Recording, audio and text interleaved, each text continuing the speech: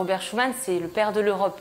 C'est un Mosellan qui est né au Luxembourg avec la nationalité allemande. Donc on voit déjà que depuis ses origines, il y a déjà cet aspect vraiment homme des frontières, multiculturel. Et Robert Schuman, donc après avoir été député de la Moselle, avocat, est surtout connu aujourd'hui dans l'histoire pour être celui qui a initié l'Union européenne que nous connaissons aujourd'hui par sa déclaration du 9 mai 1950 qui a donné naissance à la Communauté européenne du charbon et de l'acier. Robert Schuman était quelqu'un de modeste, de très simple. Et c'est ici qu'il venait travailler, qu'il venait méditer, qu'il recevait ses amis proches.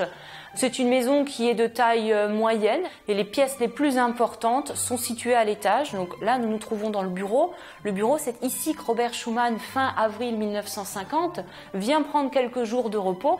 Il ouvre sa mallette de travail et il ressort la note que Jean Monnet lui a fait transmettre quelques heures plus tôt à la gare de l'Est à Paris. C'est ici qu'il a rédigé la première version de la déclaration du 9 mai. C'est ici que l'Europe a commencé.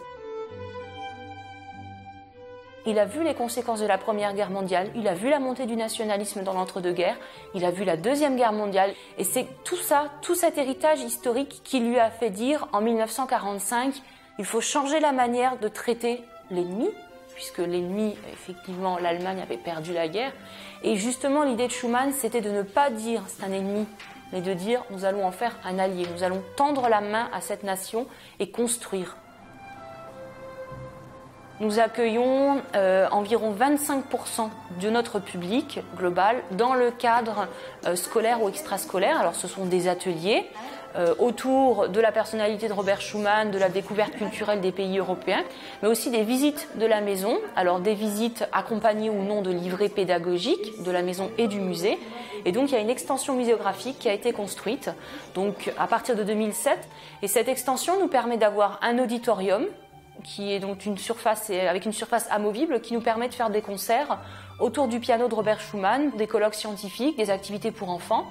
Et à l'étage de cette extension, c'est l'exposition permanente donc qui retrace les grandes étapes de la vie de Schuman et les grandes étapes de la construction européenne.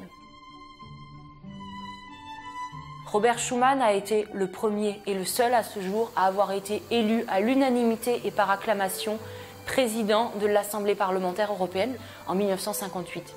Il a également reçu le prix Charlemagne, une distinction prestigieuse qui récompense encore aujourd'hui les hommes pour leur engagement européen. Et en 1960, il a été président d'honneur de l'Assemblée parlementaire européenne.